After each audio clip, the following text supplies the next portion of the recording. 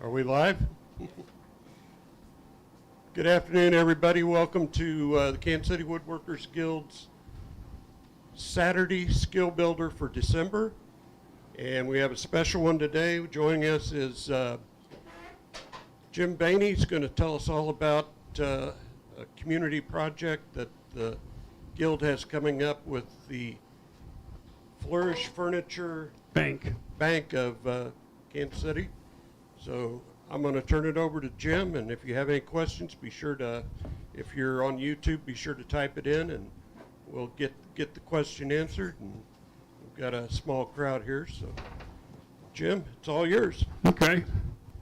Well, thanks everybody for your interest in this. I'll tell you a little bit about how I got involved in this. I looked around for a community service project to get involved with now that I'm semi-retired.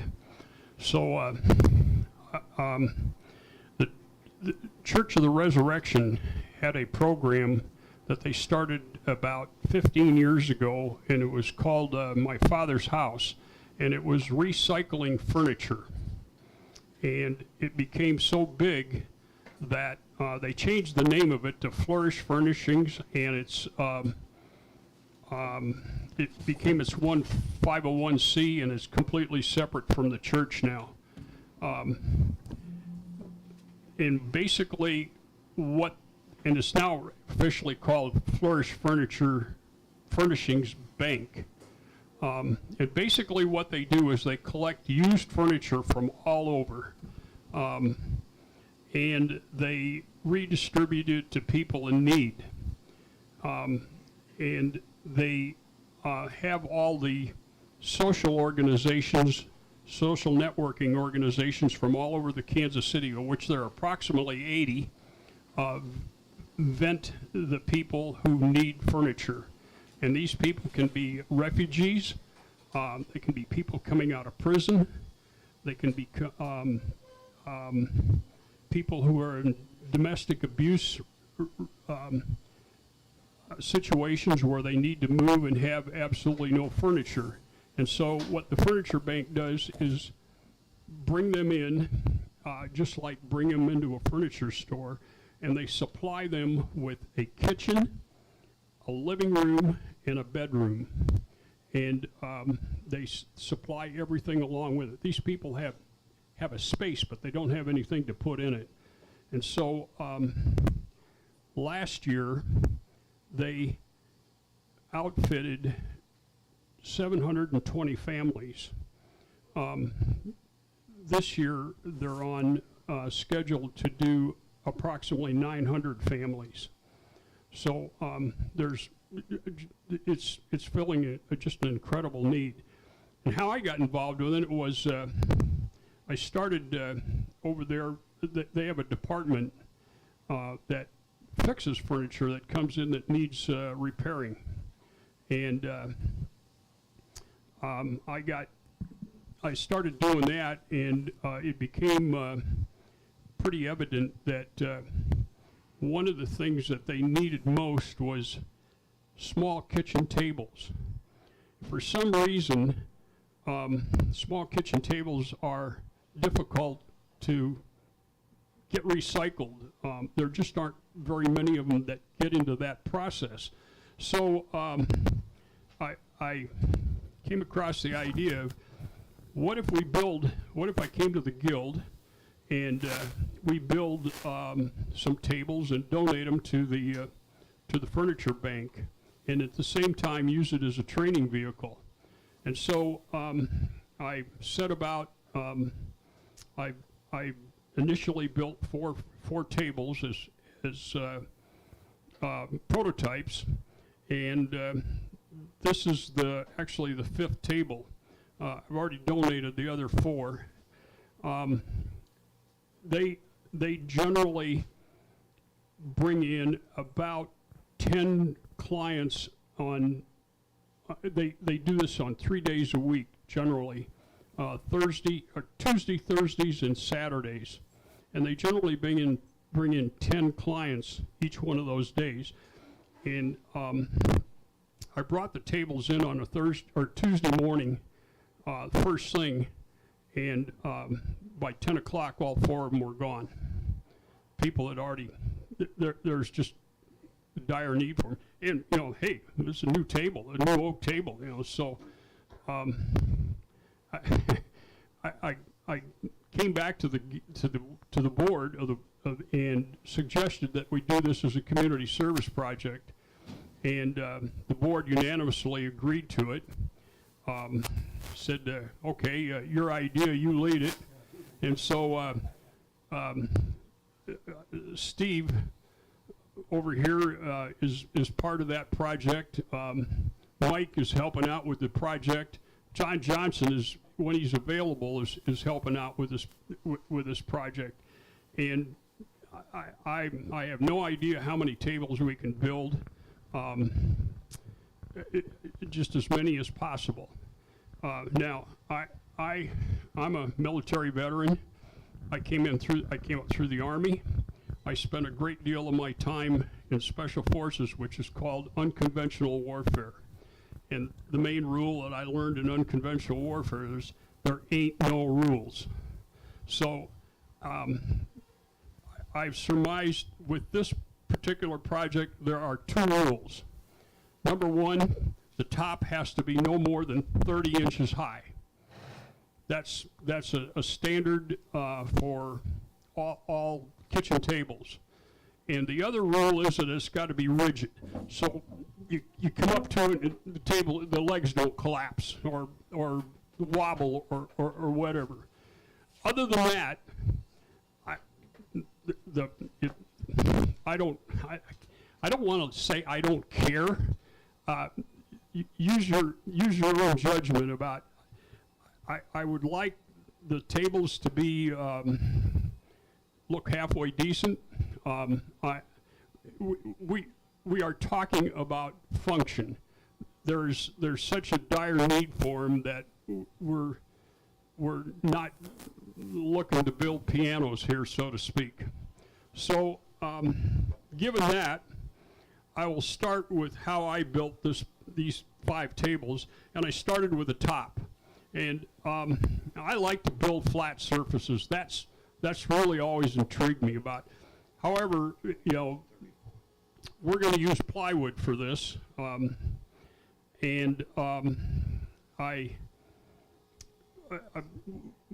at the same time, the guild had about 300-400 board feet of lumber donated, 600 or 700 board feet of white oak over here, and it's stacked back in that corner back there.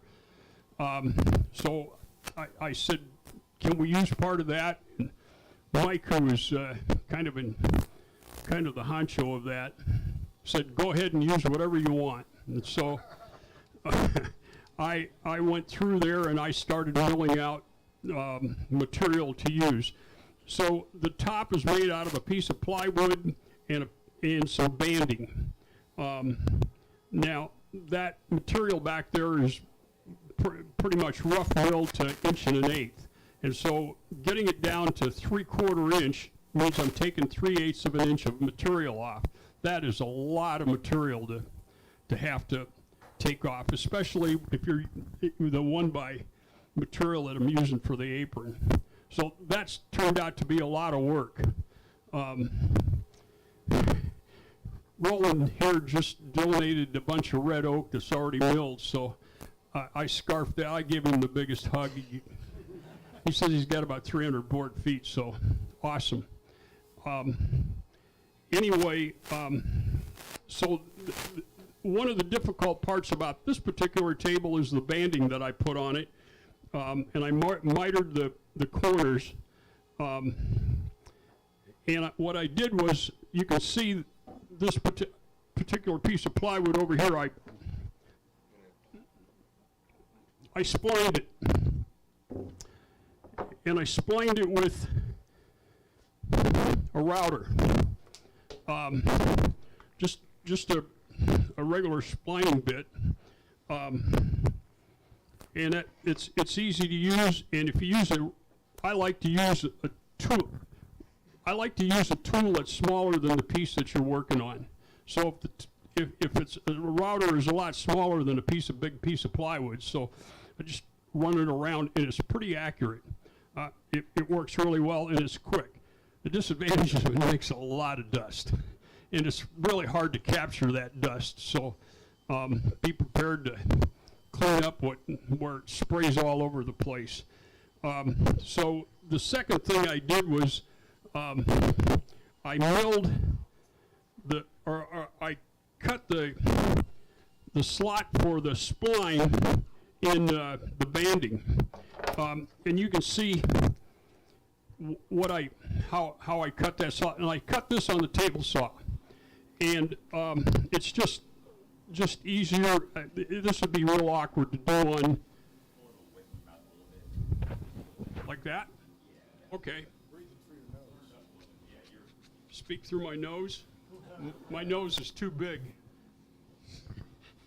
Every time somebody talks about my nose, I'm reminded when I was in the Army, somebody asked me one time, says, "What's for lunch?" And I said, "Why are you asking me what's for lunch in the mess hall?" And he said, "It's the nose like yours, you ought to be able to smell all the way to the mess hall." So, anyway, getting back to the serious matter, I cut this on the slot on the table saw, and what I did was I made that slot. When I cut that slot, I cut it proud. So when I glued it up, there's a little bit of an edge right here on this side when I clamped it up. So it fits where it's high. And there's a couple of ways you can take that down. And I'll talk about that in a little bit. So the next thing I had to do was glue the banding on. And I found if I used a couple of scrap pieces, and I started out with a corner like this, and then I took my piece, mitered it, and set it on there, and went to the other end and marked the other end. That got my first piece started. And then I would glue it up, and before I glued it up, I would make sure that this piece was on there like that, and I'd put a clamp on to keep those pieces tight. So when you do clamp the first piece on, it fits. And you're not going to have any gaps. The other thing that I discovered was when you glue this piece on, if you're not using a parallel clamp, and the difference of a parallel clamp and one of these, this is a parallel clamp. This and this are parallel when you tighten it up. This clamp, when you tighten this up, this is not parallel. It's cocked a little bit. And so what happens if you put this on like this and you tighten it up, that piece will toe in. And it's real important on that first piece that you get it square with the top. Otherwise, what happens is when you miter these corners,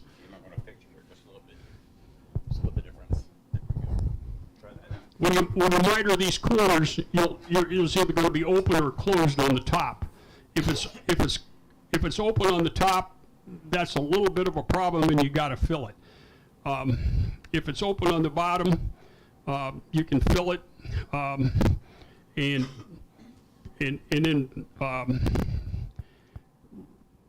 basically you can even fill it with glue. And then you just once you got the first piece on, you basically work your way around all the way around to the board, and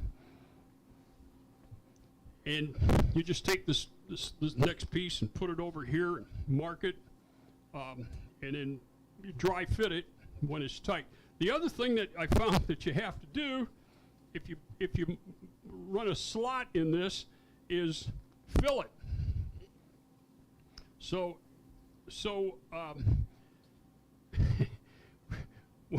if you round over the corner, when you're done, you're going to find a hole in there that you're going to have to fill. I learned the hard way. So, and that's real easy to do. That basically takes care of the banding. Then once you got the whole thing glued up, then you gotta get to the point where you don't feel the edge. Remember I showed you that this is a little bit proud? Well, you see what I did here is I took a pencil and I ran it on there in that pencil line.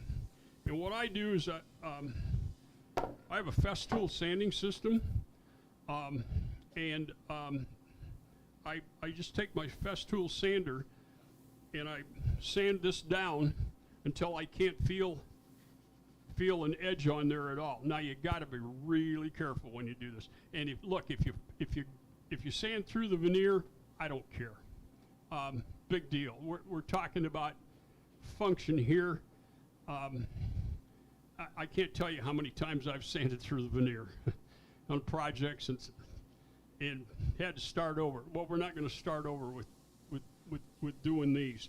But what I do is when I'm sanding, I tend to tip that sander down a little bit. So I'm barely touching this edge, and then I'll tip it back and tip it back and tip it back a little bit more until that pencil line disappears. And when that pencil line disappears, I stop. There's another way to do this and I didn't bring it with me, that's a little more complicated, and it's using a router. And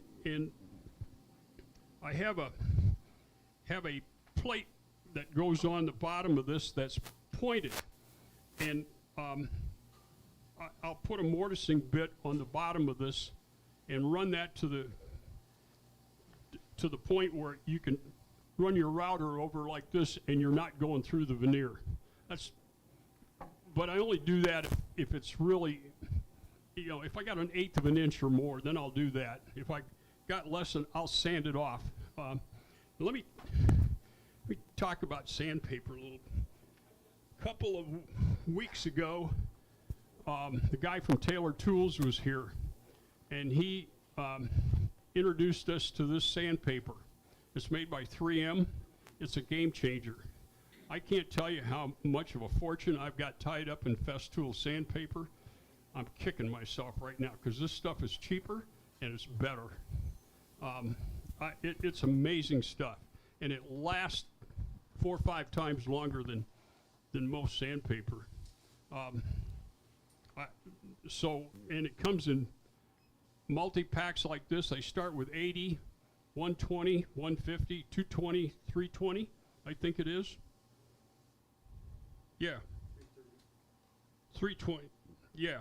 80, 120, 180, 220, 240, and 320. And I think they give you 2 sheets of each in a multi-pack like this. But you can buy it, just one grade at a time if you want. But it is great stuff. Better things through chemistry. Okay, so that basically gets the top to the point where you want to do a round over.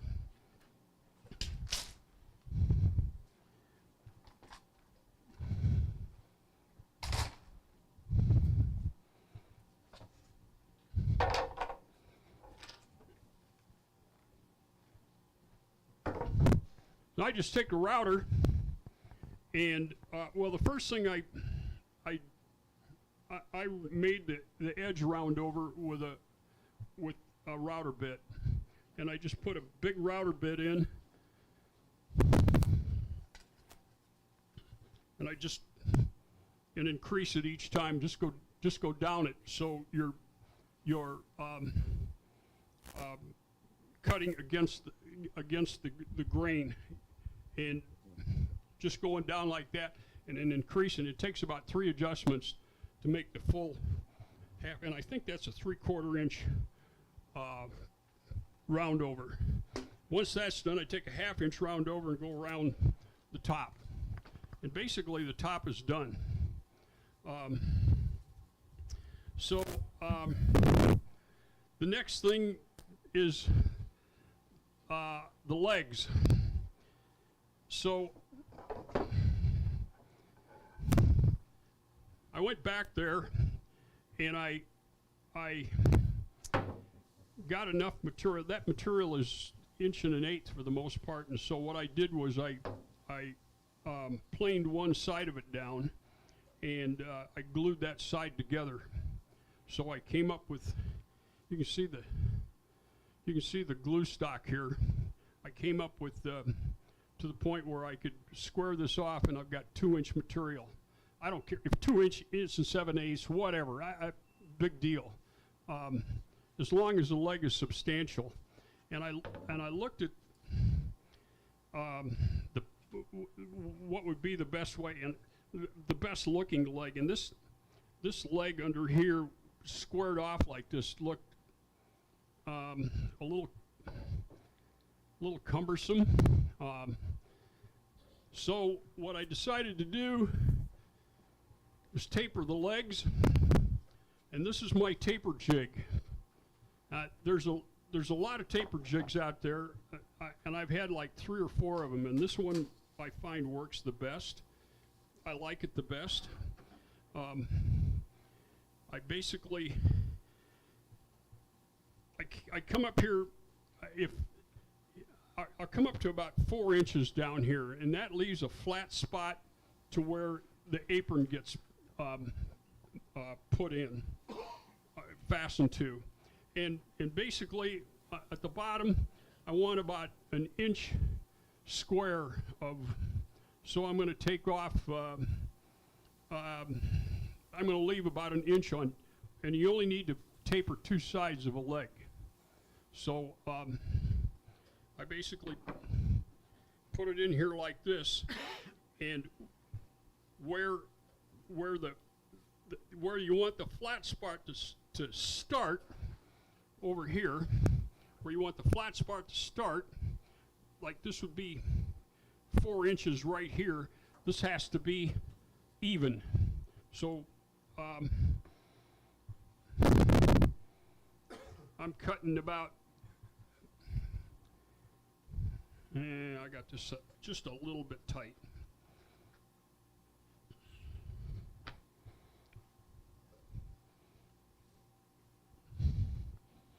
So I'm leaving about 1 inch on here.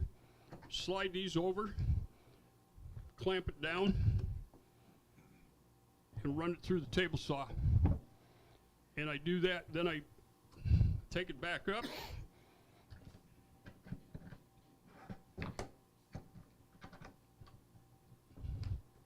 Whoop.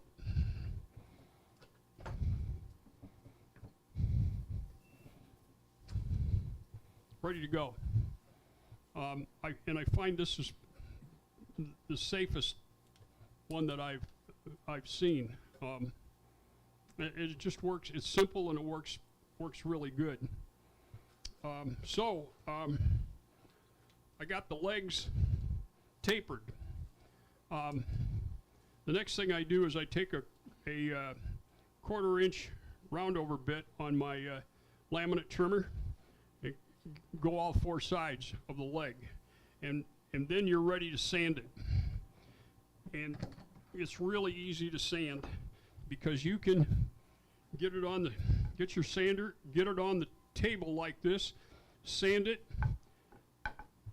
sand the round over, sand it, sand the round over, and it really works quick.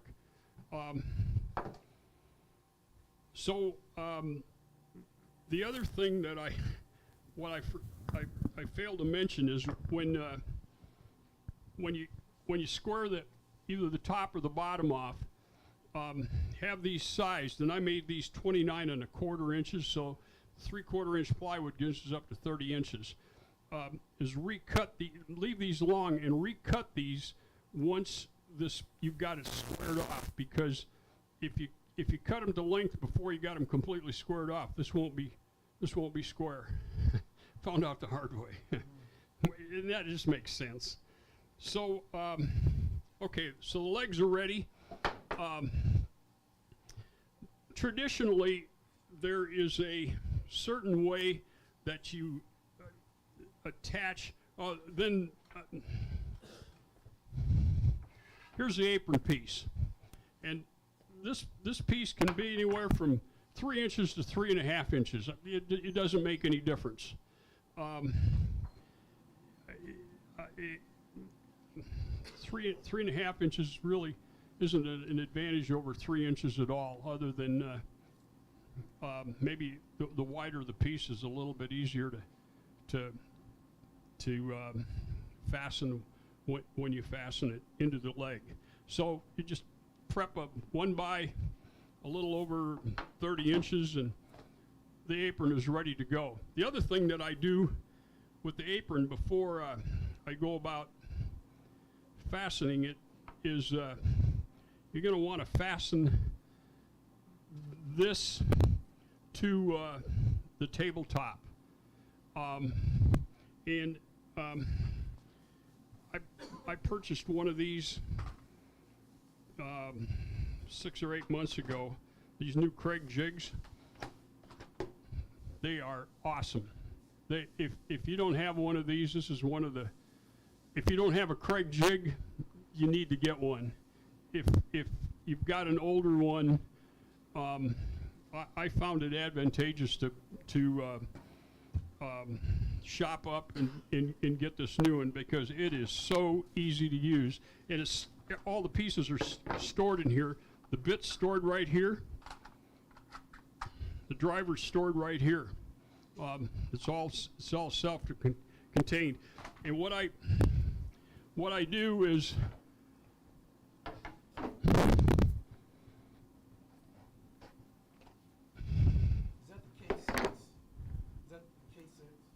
what's that? Oh. Is that the K6? The jig, the Craig jig. What's the model number on it? Yeah.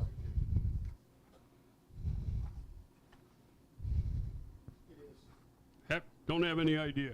Okay. It is? Does the guild have one? Yeah, we're working on it. Okay. So you can see I put 3 pocket holes in each apron piece, and that's more than enough to adequate to fasten the top to the leg assembly. So the next process is to put the apron and the legs together. My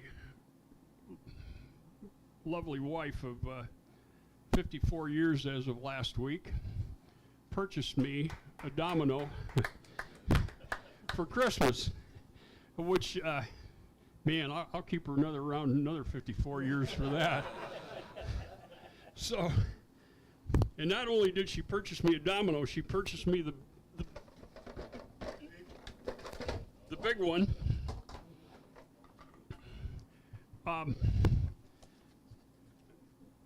Traditionally, this is the way the leg assemblies have been put together that function. They mortise and tenon these into the leg, the apron pieces into the leg, and then they put a diagonal, not a diagonal, a brace in between them, and they lag it into the leg, and that is rock solid. A lot of times, what you'll see with less expensive ones is this brace will be metal, piece of steel of some kind.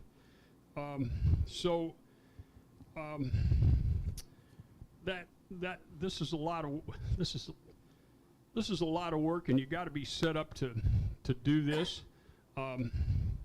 What I did to mortise the leg on this one is I just ran it on the router table on a down spiral bit, 1/4-inch bit, and ran it through for a certain distance, and then changed it, ran this side through. Then I have I should have brought it. I have a mortising, a tenon jig that I built that is better than any one I've ever seen they sell. And I cut my tenons on a table saw with that, and I make them a little bit proud, then go over with a shoulder plane and take them down to size. It's a lot of work. So the game changer came when my wife purchased me this thing. And this is just an awesome tool. And it basically, if you're not familiar with it, this oscillating bit creates this hole that looks like this in this machine. And they supply the tenons that look like this. And that's what I used on this one, this table to put this. I put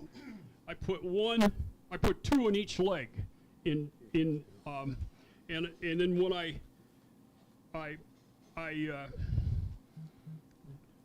mortised the legs, I set this down another 1/4 inch. So I've got this 1/4 inch reveal right here. Now, if you do that, you want to do all your roundover work first. If you're going to flush them out, if the leg and the apron piece are going to be flush,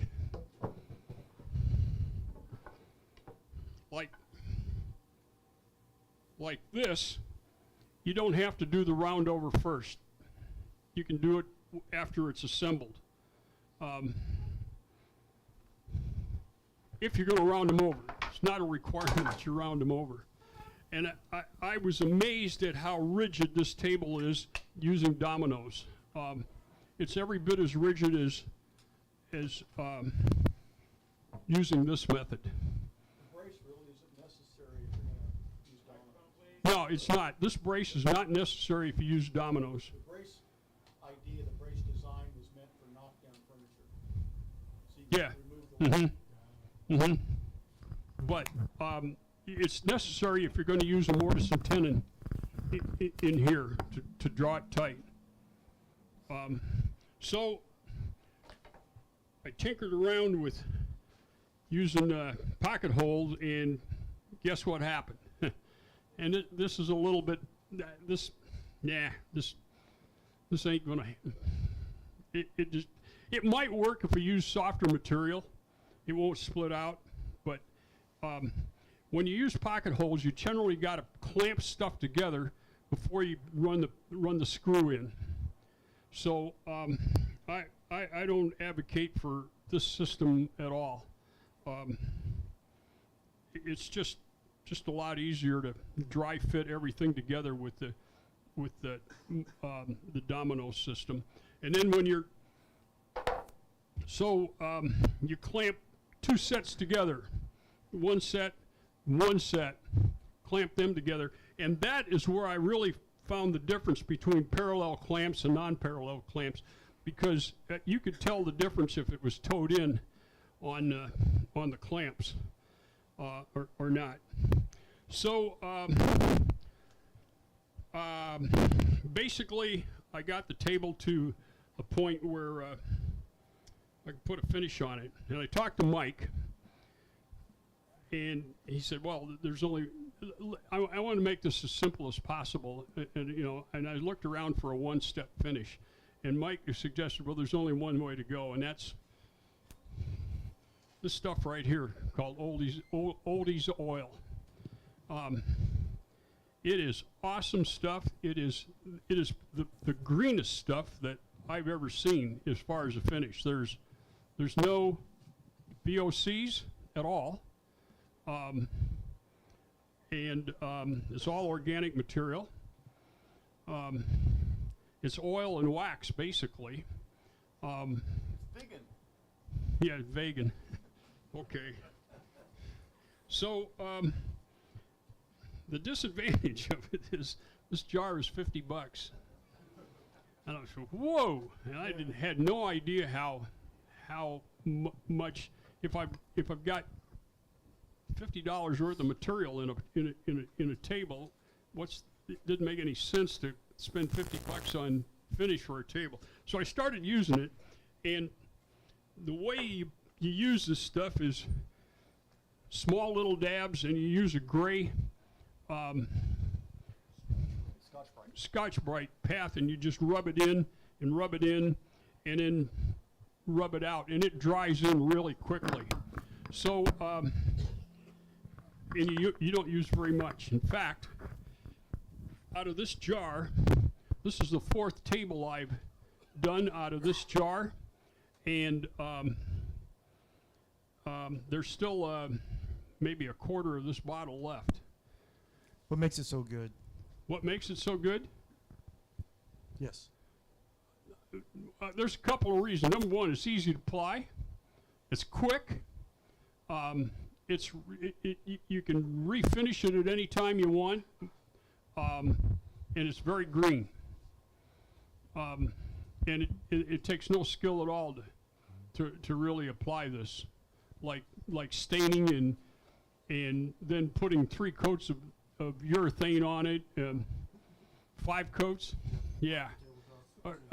And so that's what makes this. So I called. Mike and I had a conversation. So I called these guys, and I told them what we're doing, and they were really impressed. He said, "Well, how can we help you?" And I said, "Well, can you donate some of this stuff to help our cause?" And he says, "Yeah, I'll send you 12 bottles." So we might have to put that under lock and key.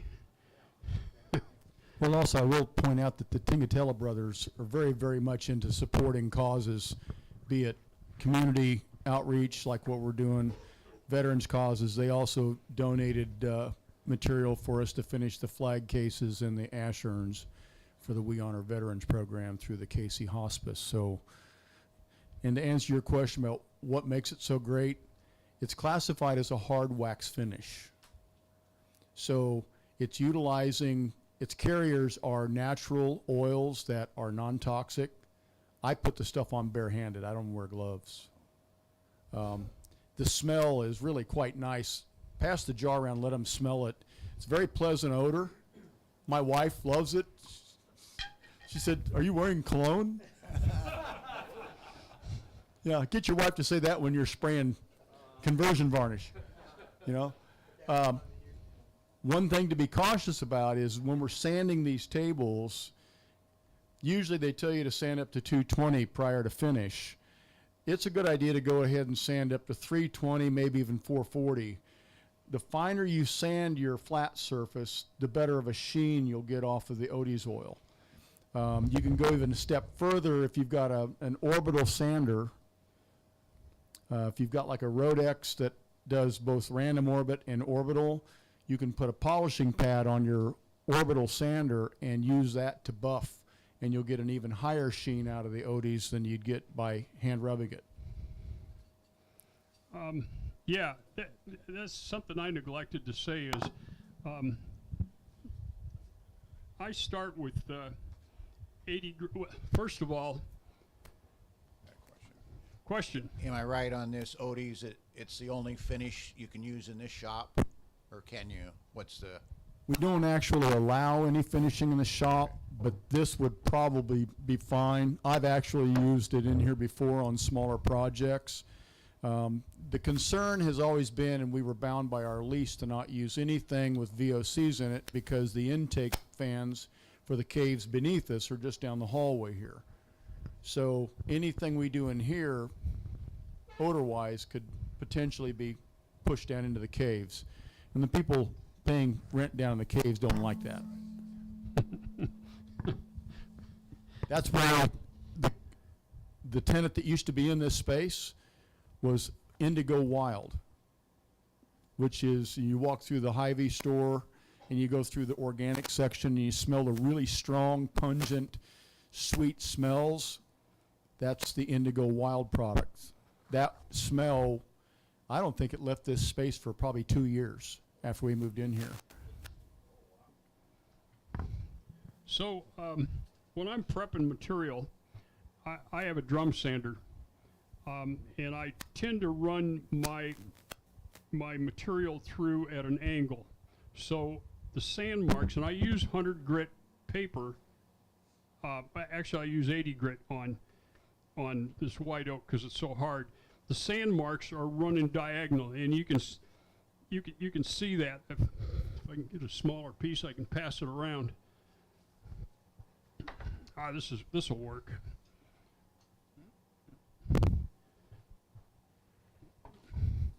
So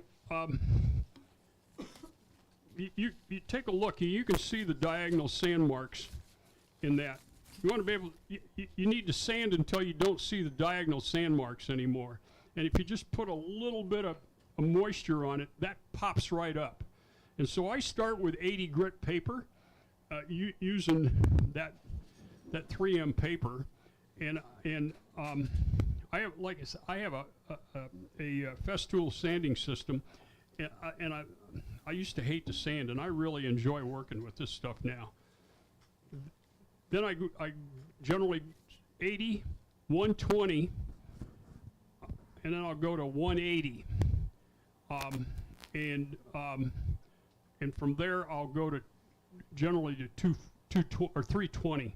So it doesn't work. I found out the hard way to leave out one of those sanding layers.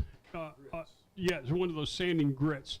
It just makes it so much harder on the next one if you leave one of those out. But if you do that in sequence, it doesn't take much at all to work to work it out, to get it to where you want. And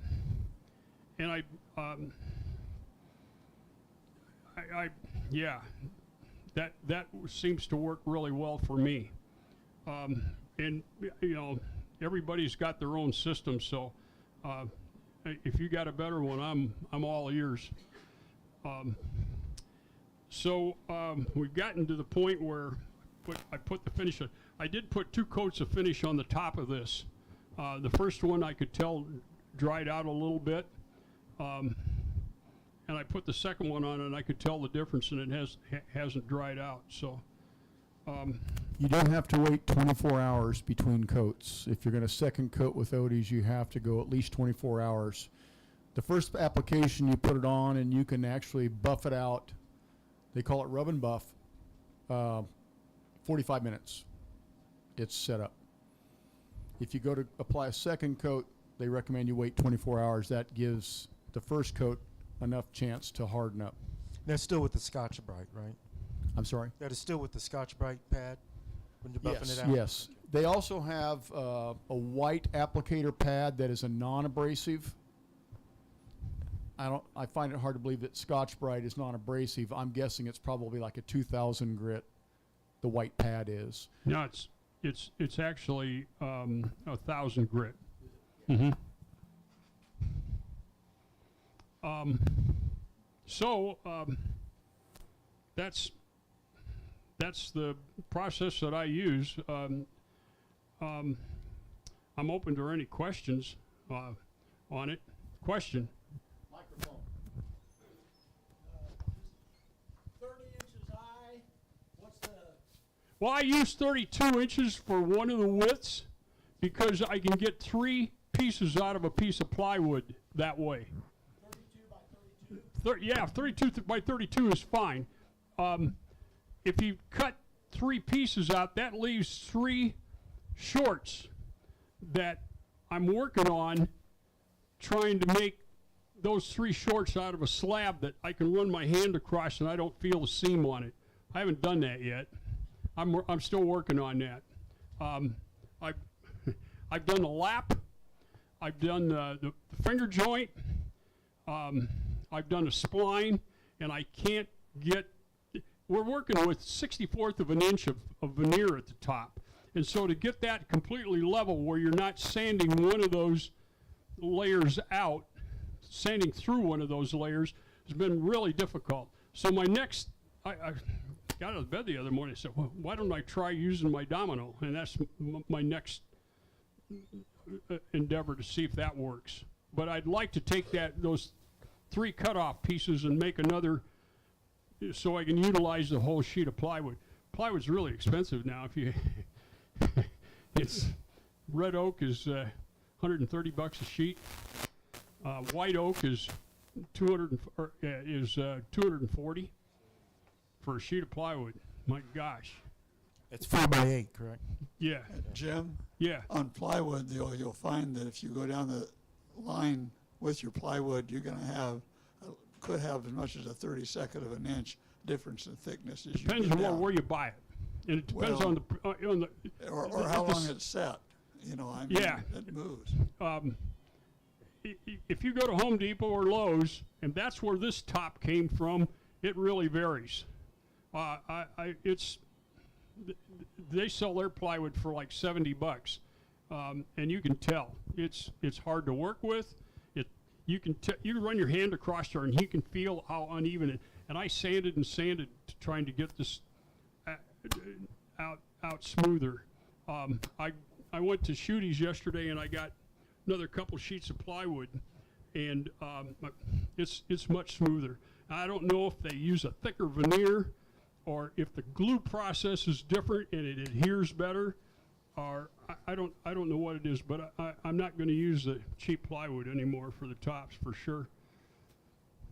There are different grades of plywood, so. Oh yeah, there are.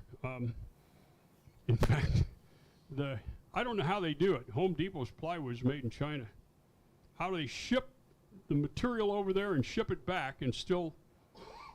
And you can tell the Chinese craftsmen. I'm getting a little carried away here. Any other questions? Jim, is the width on that to where it would be ADA compliant? The width? Yeah, somebody can roll a wheelchair in there? You need 24 inches, and I think mine for a wheelchair, and I think mine is 25 in the narrowest point. Okay. And that's a good point. I really didn't even think about that, but and I can't remember the tabletop height for ADA. I think it's 26 inches. 25 to 32 is what Google says. Okay. But it should be compliant if that's an issue. Any other questions? Yeah, Jim, are we going to have any projects down here on the guild where we can volunteer to help do this? Let me address that. There's a gamut of ways that I'd like to do this. I've got enough material here for 4 tables if somebody wants to take them to their shop and put them together there to work on that. I'll also set up shop time where we can come into the shop here and work on them.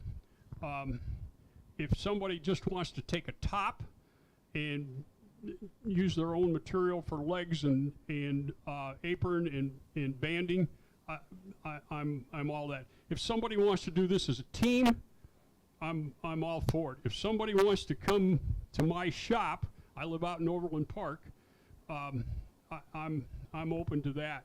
I haven't set any dates yet for any of that, but I'm kind of getting a feel for the interest of how. How many tables can you use? As many as we can donate. I have a goal out there to do at least 24 tables, and that they will go. Those 24 tables will go easily within a couple of weeks. There's that much need. Is the hope to do a standard design like we do for those boxes? I'm sorry? Is the hope to do a standard design like we do for those boxes, and we just They're- cut all the parts and? These filter boxes, will we have standards for the table similar to that? 30 inches high. Sturdy. And size. The width of the table needs to be 32 by 32. Yeah, and that includes the banding. These are 32 by 36 because they're actually 35 and 3/4 because that 36-inch clamp works on 35 and 3/4. Nothing ticks me off worse than you get ready to clamp something and you're a 1/4 inch short. You can tell. And I own probably 200 clamps. We had a contest in here long time ago. This is Fred Clampett. I mean, Fred Shale was president of the guild. We had a contest to see who owned the most clamps, and I counted up. I even counted pliers. They're clamps, and I came up with some ungodly number. I can't even remember what it was, and there was $100 first prize, and 50 for second, and 25 for third. I'm in the money. I wasn't even close. So, any other questions? Yes, sir. Any issues with other wood species or staining colors, anything like that? I'm sorry? Any issues with other wood species, like if we're going to use our own lumber No. or stain colors? Well, the guild is supplying the plywood, okay? And so far, I've gotten red oak plywood. And you can see red oak and white oak, they don't mix that badly. At this point, I've got just red oak plywood. But I'd be more than happy to go get some really good birch. I'm not real sure about pine. We'll see. It's pretty soft. You can use soft maple, birch, poplar. Walnut, cherry. Poplar, if you want to paint it. Now, I'll address the painting parts. If you paint a top, you still got to put a couple of coats of urethane on top of it because paint's not real durable. Even milk paint, which I love milk paint. So, but if you want, if that turns your crank, go for it. Any other questions, comments? Jim, are you going to be putting out a plan for this? A plan? Yeah, something we can put on the website in a PDF and let I everybody- can. I can. 30 inches stable. I can come up with a sketch if you want it. All right. You're on. I'll come up with a sketch if you want it, Jim. All right. Can you give it to Kevin? Yeah. Perfect. I learned to delegate in the military. Hey, Jim. Any other comments? Jim, Yeah. I'd like to know what categories people fall into here. How many guys would like to Good point.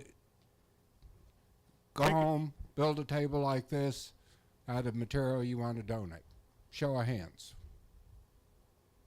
1, 2, Probably 5. 5. Okay.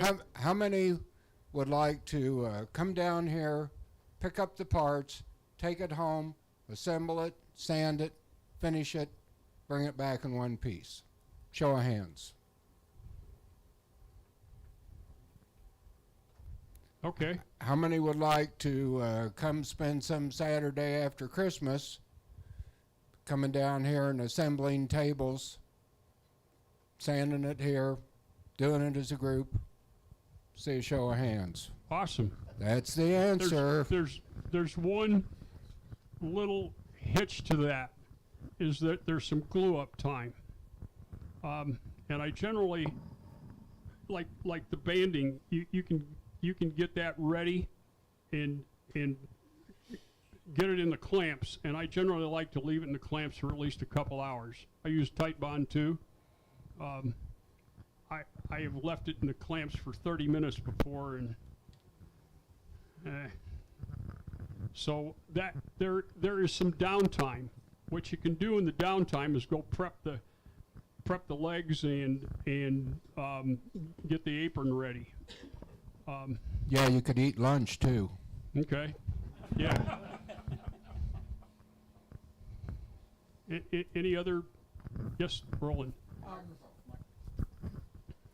What do you think of Z-clips versus the pocket screws for holding the top down? It's plywood, so it's not going to move on you. Okay, that's the Z-clips are meant for solid wood tops that's going to move. Plywood's not going to move on you. Yeah. Well. Any other? Mike, you want to? This is the on the screen is the off the Rockler's website, the pocket hole jig. Okay. Wow, that's a great price. Wow, $129 for one of those. I paid that much for the. Yeah, it's a great tool. If you don't have one, you need one. That's an essential item to I think woodworking. It gives you a opportunity to do a lot of things. Okay, so any other Mike? You got any comments you want to make? Steve, got anything else you want to add? Oh, I know what. There's one other thing. Out in the lobby on the desk, there is some flyers that give a little description about what Flourish Furnishing does, and if you got this is it. If you've got furniture to donate, or you know somebody that does, and doesn't want to see their furniture go in the landfill, this is a great opportunity. They do have pickup service, but it takes quite a while for it. So the warehouse is over in Grandview, just off of Grandview Road. So take advantage of that. It's a great way to recycle for somebody else to use it. That really appreciates it too. And if you're interested at any time, let me know, and I'll set up a tour that you can take of Flourish. It's I think they have like 32,000 square feet of warehouse space over there, and it's chock full of stuff. So, and it is a really well-run operation. One of our members, another one of our members, Ken Sokol, long-term member, he and a couple other guys actually do the electronics repair down there. So if something comes in that isn't quite working right, they can actually sit down and figure out what's wrong with the appliance, TV, VCR, stuff like that, and they'll actually attempt to repair it. Microwaves. Yeah. Yeah, anything electronic that gets turned in, they test it out and make sure it's working. And Ken's been doing that for a long time. Ken's been a member for well over 20 years. Yeah. Jim, we might also mention that Tuesday, Thursdays, Saturdays, if you guys got a few hours, come on in and make the difference. Yeah. There's, we get furniture with a broken hinge, a foot's broken off, a leg's missing. Some of it are sand the top off and paint the top because it was a veneer top. The rest of the table is functional, and that's what they really need is functional furniture. So, Tuesday, Thursdays, or Saturdays, there's a group of woodworkers there. Usually it's 9 to noon. There's a guy there, what's the big guy? Gary, who's an incredible finisher. He can take an old beat up piece of furniture and make it just sparkle. I'm just amazed at his ability.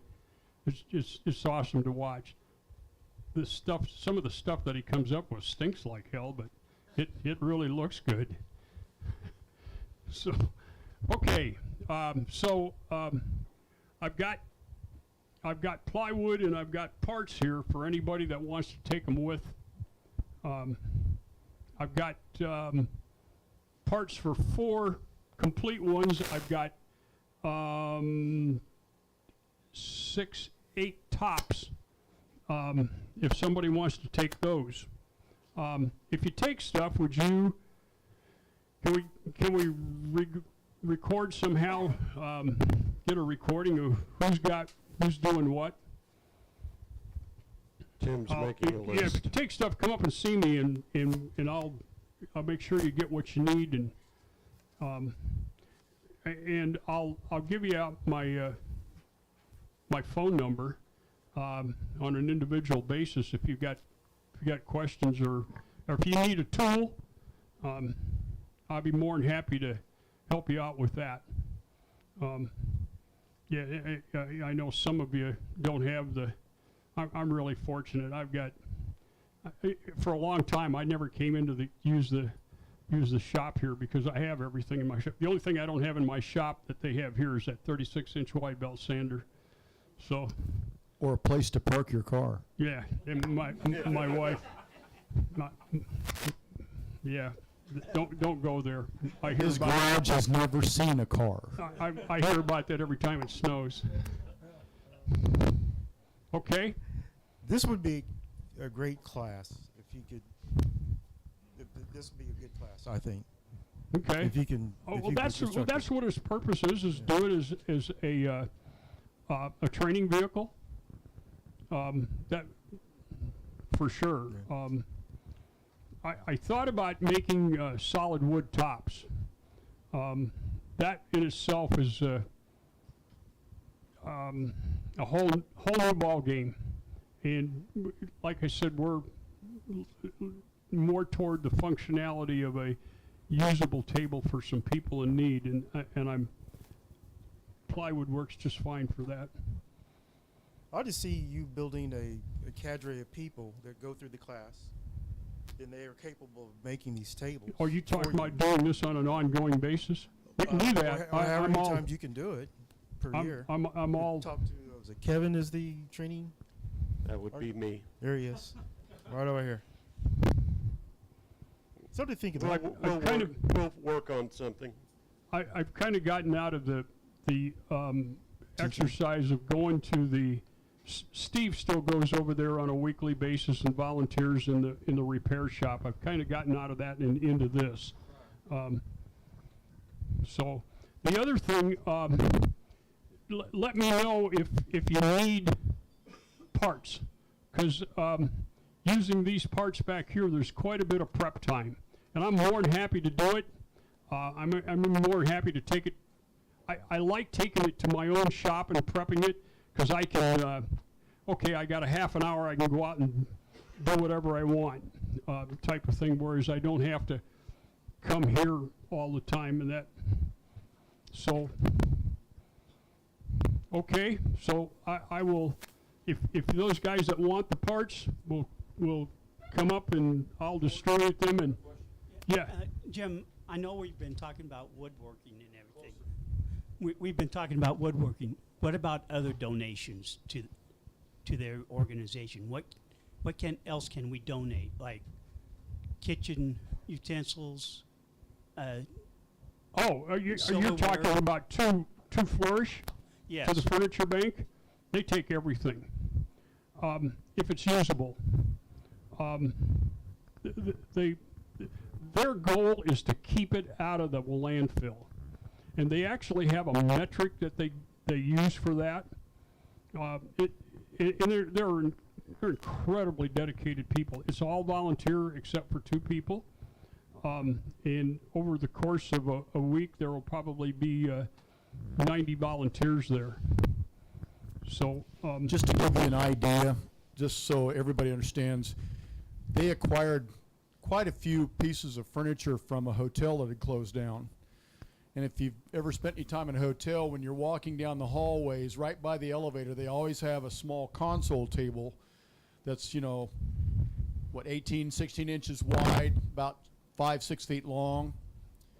We took some of those and repurposed them, basically put two tops together and turned them into dining tables, cut the legs in. Reconfigured the legs and made dining tables out of them. That would seat 5 or 6. And I think there were originally 26 of those tables, and we reconfigured all of them to make them. They were all 42 inches high, and yeah. So I'll answer a little bit of your question. Imagine yourself coming out of a group home situation, or in your case, maybe a jail.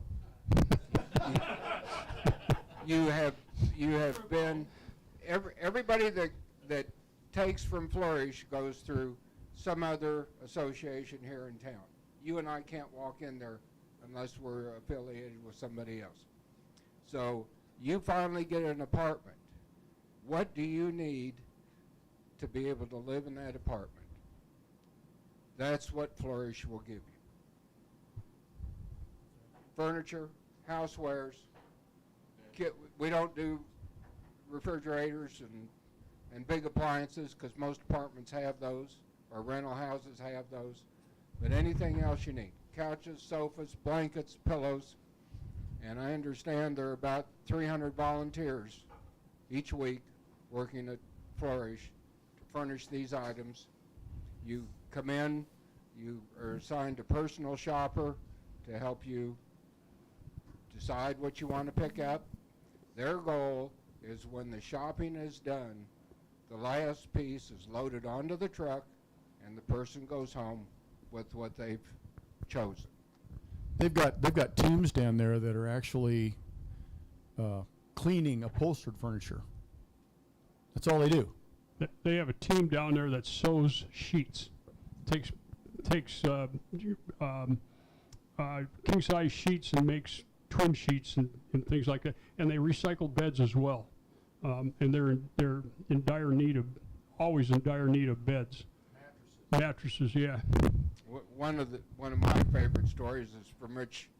His name is Rich Shockey. He's the executive director, and he was there one day helping shop for someone, and he said there was a little 9-year-old girl there with her mother, and she would cry, and then she'd be giddy as she could be, and he said, is something wrong here? And her answer was, "This will be my first bed."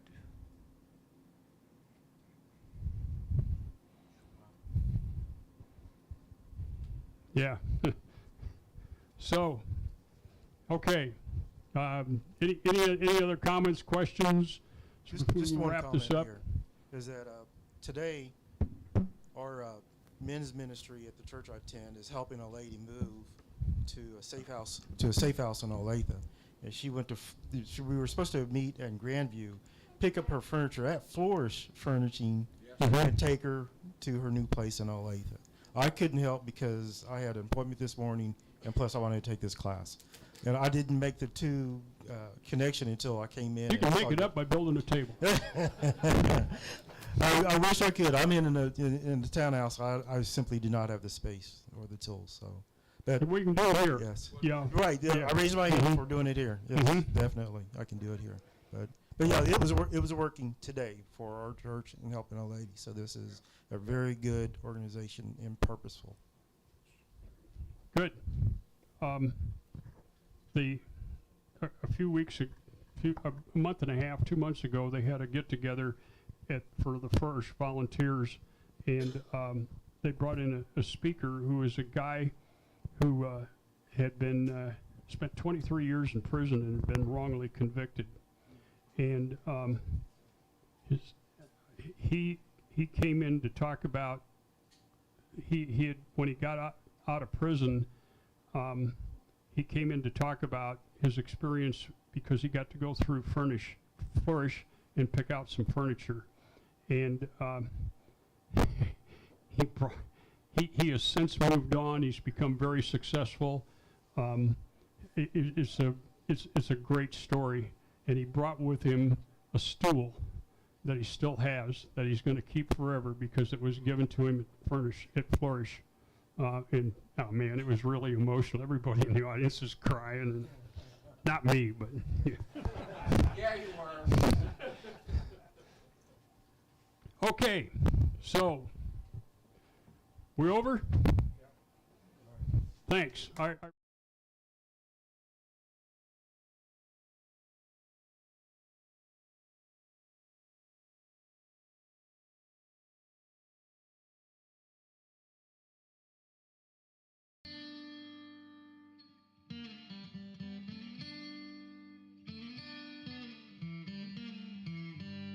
A special thank you to our guest today, to the Guild's Leadership Committee, and to all of our sponsors.